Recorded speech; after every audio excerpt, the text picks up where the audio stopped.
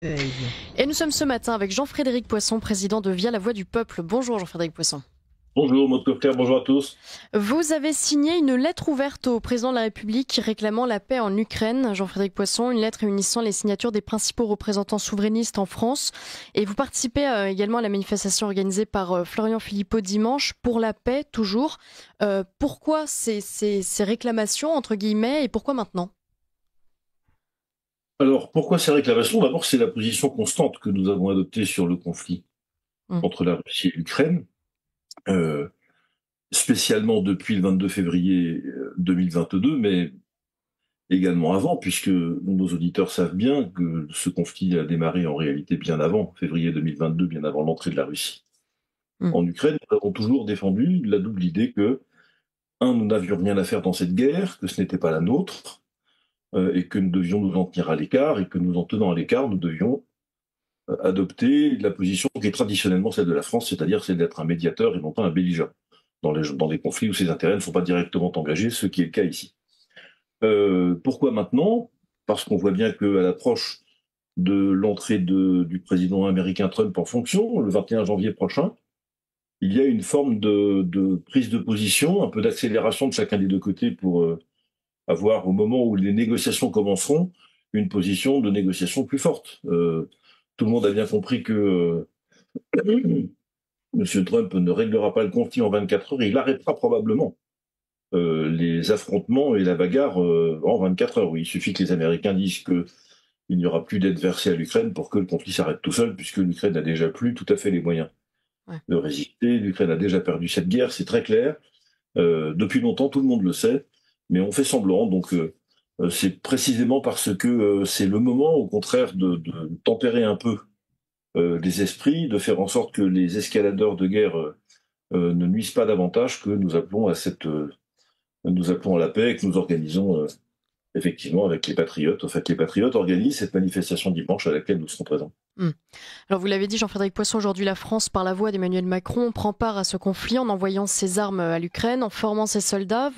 Vous voudriez que la France devienne ce trait d'union diplomatique, disons, entre la Russie et l'Ukraine, qu'elle enclenche des négociations. Est-ce vraiment possible à l'heure où la France n'adresse plus la parole à la Russie, dans un premier temps, et à l'heure où la France se montre faible en toutes circonstances sur le plan diplomatique, parce qu'on a plusieurs exemples peut-être à évoquer?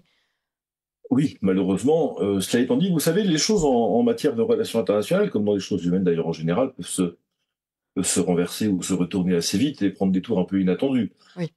On imagine, à peine, il y a 3 jours, on ne pouvait pas imaginer que la France serait le principal acteur avec les Américains du cessez-le-feu au Liban, par exemple. Hum. Parce que la position de la France était tellement dégradée au Liban, de la faute d'ailleurs, pas d'Emmanuel Macron, là nous payons une trentaine d'années d'errance, ou d'errement plutôt, Hum.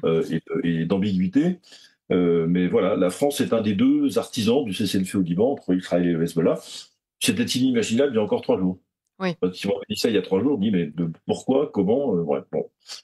Donc là, c'est vrai que la Russie n'est pas le Liban. En tout cas, les relations historiques entre la France et la Russie ne sont pas les mêmes, c'est évident. Mais vous avez raison sur le fait que la situation, la parole de la France sont très dégradées sur le plan international, c'est le moins qu'on puisse dire, et on s'en plaint. En temps normal, la France ayant adopté depuis l'origine, depuis le début de ce conflit, une position de neutralité à l'égard des deux belligérants, ce serait naturellement la position qu'elle aurait aujourd'hui, l'artisan de paix. Même si elle n'a pas voulu adopter cette position, et ça date des premières sanctions prises par le ministère Hollande à l'égard de la Russie, c'est en 2015. Euh, Ma foi, si ça n'est pas la France qui est l'artisan de ce dialogue, le principal artisan de ce dialogue, tant pis.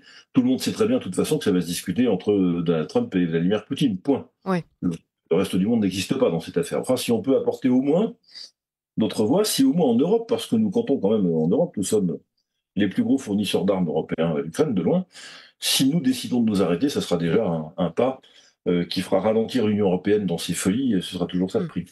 Jean-Frédéric Poisson, une autre actualité, la France insoumise a déposé une proposition de loi visant à abroger le délit d'apologie du terrorisme. L'ancien juge antiterroriste Marc Trévidic demande, lui, que cette loi soit révisée parce qu'il évoque un véritable abus, trop de plaintes depuis le 7 octobre. Pour l'historique, l'apologie du terrorisme a été définie en 2006 en tant qu'infraction relevant du droit de la presse et donc de la liberté d'expression, avant de passer en 2014 dans le droit commun pour être réprimé plus sévèrement.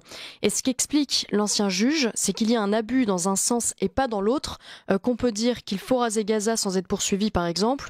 Ce deux poids deux mesures, il mériterait de réécrire la loi ou pas, Jean-Frédéric Poisson? Non, je crois pas. Moi, je pense que l'apologie du terrorisme est au bon endroit dans le code pénal. C'est très bien de l'avoir placé ainsi. Qu'un magistrat se plaigne du fait que les magistrats doivent statuer sur le caractère recevable d'une plainte ou exagéré, c'est un peu curieux. Enfin, en principe, c'est le boulot de la justice. Dire, bah, c'est comme la diffamation ou l'injure. C'est le juge qui instruit, qui décide de savoir comment on qualifie les choses. Qu'il y ait des abus, oui, je suis pas certain. Enfin, je pense que l'armée israélienne et le gouvernement israélien, ont commis des choses qui ressemblent très clairement à des crimes de fait, qui sont des crimes de guerre.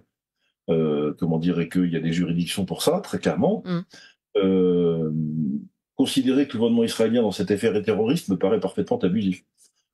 Si c'est ça le deux poids deux mesures auquel le juge Trévidic fait allusion, ça me paraît assez curieux. Considérer que la démarche, les actions du Hamas en particulier le 7 octobre, mais généralement relève du terrorisme, me paraît pas au contraire du tout abusif. Donc non pas qu'Israël soit irréprochable dans cette affaire, c'est même le moins qu'on puisse dire, mais c'est la différence entre des actes qui sont commis par une armée régulière et des actes qui sont commis par une armée qui dépasse une armée régulière. C'est précisément un des points de distinction entre le terrorisme et les crimes de guerre ou des choses de cette nature. Donc non, cette proposition de loi me paraît pas du tout fondée. Et je suis assez peu convaincu, d'ailleurs, comme souvent, par les explications des filles sur ce point. Le fait que les plaintes, les délits même du coup, aient explosé depuis le 7 octobre, ça vous surprend? Que ce soit qu'en France, hein, ça a explosé évidemment. Non, c'est pas surprenant.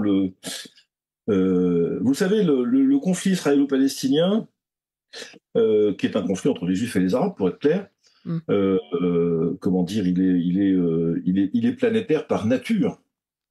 Il intéresse l'humanité tout entière, mais depuis longtemps. Enfin, quand vous regardez l'intensité de l'activité diplomatique qui se déploie depuis l'existence de l'État d'Israël pour essayer de faire en sorte que les choses se calment, l'intervention de tous les grands de ce monde pour essayer de pacifier un peu des choses qui sont très compliquées, ce conflit est millénaire. Sa première trace démarre avec la naissance de l'islam, d'ailleurs. Hein, c'est la prise de Jérusalem par les musulmans, arrive assez vite dans l'histoire de l'islam. C'est le milieu du 7e siècle. Donc c'est les deux populations, qui sont toutes les deux des populations d'origine sémite, sont en conflit depuis que l'islam existe. Voilà. Donc c'est pas étonnant que ça continue, puisqu'il n'y a pas de point de résolution sur le plan religieux et intellectuel entre les deux. Donc non, c'est pas étonnant que ça prenne une dimension planétaire. Et le fait que ce soit la France insoumise qui réclame l'abrogation de ce délit d'apologie du terrorisme, ça vous surprend? Non plus. Je suppose que, enfin, je n'ai pas regardé, mais je suppose qu'un certain nombre de plaintes ont été déposées contre les élus. Ont été déposées contre les élus ou les militants des défis. Donc ils s'en émeuvent. Je veux dire, si je puis dire en la matière, c'est de bonne guerre, si je peux risquer cet incide, mais c'est pas parce qu'on est incriminé d'une chose qu'il faut essayer de changer la loi au nom de laquelle on est incriminé. Enfin, c'est un peu rapide comme réaction. Il ferait mieux d'éduquer leurs députés et leurs militants pour qu'ils disent moins de bêtises. On gagnerait du temps. Une autre actualité franco-algérienne, cette fois en fait, c'est l'arrestation de Boualem Sansal. On en a beaucoup parlé à notre antenne depuis quelques jours. Le silence de l'État français pour l'instant, enfin, il y a eu quelques sorties, mais intrigue. Après, bon, on ne sait pas tout et on ne sait pas ce qui se passe derrière. Mais est-ce que vous pensez aujourd'hui, Jean-Frédéric Poisson, que la France est en mesure d'exiger la libération de Boualem Sansal? D'abord, Boualem Sansal est un ressortissant français, puisqu'il a la double nationalité. Oui. Donc, moi, ce que plus attendre de l'État français, c'est qu'il protège ses ressortissants quand ils sont ennuyés dans les pays étrangers. On fait pour n'importe quel trafiquant de drogue emprisonné en Thaïlande ou n'importe quel journaliste inquiété dans quelque endroit du globe que ce soit. Donc, pour Boualem Sansal, comme pour les autres. Le silence de l'État français, pas très étonnant. Dans ce genre d'affaires, moins on en dit et mieux on se porte, comme dit l'autre. J'espère que il est inversement proportionnel à l'énergie qui est déployée pour obtenir la libération de notre compatriote. Mais je n'en sais rien, mais disons que c'est un vœu que je formule ce matin. Est-ce qu'on est en état? On est toujours en état. On est toujours en état. Euh, mais si il y a des situations dans lesquelles on est davantage, on n'est plus en situation de confort que dans d'autres. Vous comprenez que de se fâcher à la fois avec la Russie et l'Algérie en termes d'approvisionnement énergétique, peut-être que c'est pas une bonne idée. Parce que quand on a un sou de prudence dans la tête, qu'on se dit, si vous aimez le chocolat et que vous vous fâchez avec tous ceux qui fabriquent du chocolat, il y a un moment où vous allez manquer de chocolat. Vous allez le ressentir de manière un peu dure. C'est la même chose. Euh, et, et c'était imprudent, pour les raisons que j'ai dites, de se fâcher avec la Russie parce qu'il n'y a pas de motif particulier. Euh, C'était tout à fait légitime de se fâcher avec l'Algérie parce qu'il y a des tas de raisons de se fâcher avec l'Algérie quand on voit l'attitude du gouvernement algérien Oui. à l'égard de notre pays depuis très très longtemps, malheureusement. Mais faire les deux, c'est difficile. Il y a des moyens de pression de la France sur l'Algérie, on le sait, par le biais, je ne sais pas, d'appuyer sur le bouton des fraudes sociales, des fraudes à la retraite, les Oui. transferts de devises, les visas, enfin j'en sais rien, il y a des tas de choses. On peut décider de suspendre les accords de 1968 de manière unilatérale enfin, il y a des tas de choses à faire. Mm. Euh, Est-ce qu'on est en situation de le faire compte tenu par ailleurs de tout ce qui se passe dans le monde et du prix que coûte l'électricité aujourd'hui et des difficultés que nous avons à nous approvisionner? Je n'en sais rien. Mm. Ce qui est certain, c'est que, difficile ou pas, il faut avoir les moyens de le faire. À l'égard de l'Algérie, euh, Emmanuel Macron le premier s'est couché. Il a perdu aux yeux des Algériens et comment dire la situation ou le respect qui est en principe dû à ceux qui sont costauds, qu'on respecte parce qu'ils sont solides. Et donc les Algériens en profitent. C'est Boualem Sansal qui en fait les frais. Ouais. Malheureusement, les choses sont ainsi. On parlait tout à l'heure de la faiblesse de la diplomatie française, Jean-Frédéric Poisson. Il nous reste un peu de temps pour évoquer la fragilité dans laquelle semble se trouver le Premier ministre Michel Barnier, menacé d'une motion de censure, mais une menace relative finalement, puisque pour le moment, seul le Rassemblement national voterait cette motion de censure. Beaucoup de bruit pour rien. Ah, seul le Rassemblement national avec la France insoumise. La France insoumise s'est déjà exprimée sur le À la vote. France enfin, le Enfin, nouveau Front populaire en tout cas. parce que le PS a dit qu'il ne voterait pas. Si, le groupe PS a dit au contraire qu'il a unanimement qu'il voterait la motion de censure Ah contre d'accord, Barnier hier. très bien. Si, tout ça, ce qui renforce d'ailleurs la dépression dont on dit que Michel Barnier semblerait être atteint ces jours-ci. Le pauvre, je le plains beaucoup, mais fallait-il accepter cette mission, c'est un autre sujet. Euh, Fallait-il faire durer son calvaire aussi longtemps? C'est un deuxième sujet. Je me souviens d'avoir dit sur votre antenne ici un matin que le plus tôt on censurerait les premiers ministres présentés par le président de la République, le mieux on se porterait, parce qu'à force d'en présenter qui soient censurés, on pousserait Emmanuel Macron à la démission. Je n'ai pas changé d'avis. Ouais. J'entends parfaitement ceux qui disent ah bah oui, mais psychologiquement il démissionnera pas. Il y a un moment, c'est plus une affaire de psychologie. Quand Mm. vous vous faites entre guillemets, pardon pour cette trivialité, shooter 3 ou 4 premiers ministres de suite en un mois et demi, ça dit bien que le problème c'est pas le premier ministre, c'est vous. Donc il faut partir. J'étais pour une fois d'accord avec ce que Jean-François Copé disait sur un plateau de télévision hier. La seule solution, c'est la démission de Macron. Parfaitement d'accord. Il Mm. n'y en a pas d'autre. Mm. Et je vois d'ailleurs, euh, même après la censure, qu'est-ce qui va se passer? Il va nommer un autre gouvernement. Ce gouvernement-là aura un budget, Mm. sans Ouais. aucun doute. Il ne va pas être obligé de passer par les arcanes des débats parlementaires. Il va prendre une loi, prendre une loi organique, faire adopter le budget de l'année dernière, enfin de cette année 2024, en guise de budget 2025, et puis c'est terminé. Mm. Et on en prend pour combien de temps encore? Je ne sais pas. Donc, tant qu'on n'est pas dans une mécanique automatique de censure de Premier ministre, Macron ne partira pas. Or, je pense que ça ne peut pas être pire. Mm. Oui. Ça ne peut pas être pire que sous la présidence Macron. Donc, il faut en changer vite. Donc, je pense que j'espère que je suis désolé pour les ministres qui essaient de travailler correctement. On a entendu le ministre Portier tout à l'heure sur l'affaire des programmes scolaires. Assassin pour les enfants de notre pays. Le ministre de l'Intérieur, Bruno Retailleau, fait ce qu'il peut, à mon avis, avec peu de moyens, mais enfin, en tout cas, il dit les choses sensées. Euh, Désolé pour eux, qu'ils ont l'air Mm. un peu sortis du lot, mais voilà, il faut que le gouvernement de M. Barnier soit censuré et que on pousse M. Macron à la démission. Emmanuel Macron, justement, aussi est lâché par les siens depuis la dissolution. Il aurait, selon le Parisien, évoqué la chute de Barnier à cause de Marine Le Pen, de la motion de censure. L'Élysée a démenti, mais le Parisien maintient ses propos. Je ne sais pas si vous avez vu cet échange sur les réseaux sociaux et par médias interposés. À votre avis, Jean-Frédéric Poisson, dans quel état d'esprit est-il selon vous, Emmanuel Macron, aujourd'hui ? Ça, c'est pas facile à imaginer. J'ai bien connu Emmanuel Macron pour avoir débattu de très très très longues heures avec lui pendant qu'il était ministre et moi, orateur de mon groupe à l'Assemblée nationale, sur la loi Macron de 2015. Vous savez, la loi sur les notaires, les taxis, les auto-écoles, les bus, enfin les taxis, oui, les taxis aussi. Bref, on a débattu 200 heures avec lui, donc c'est un très grand orgueilleux. Avec un côté immature sur le plan psychologique qui est tellement évident que voilà.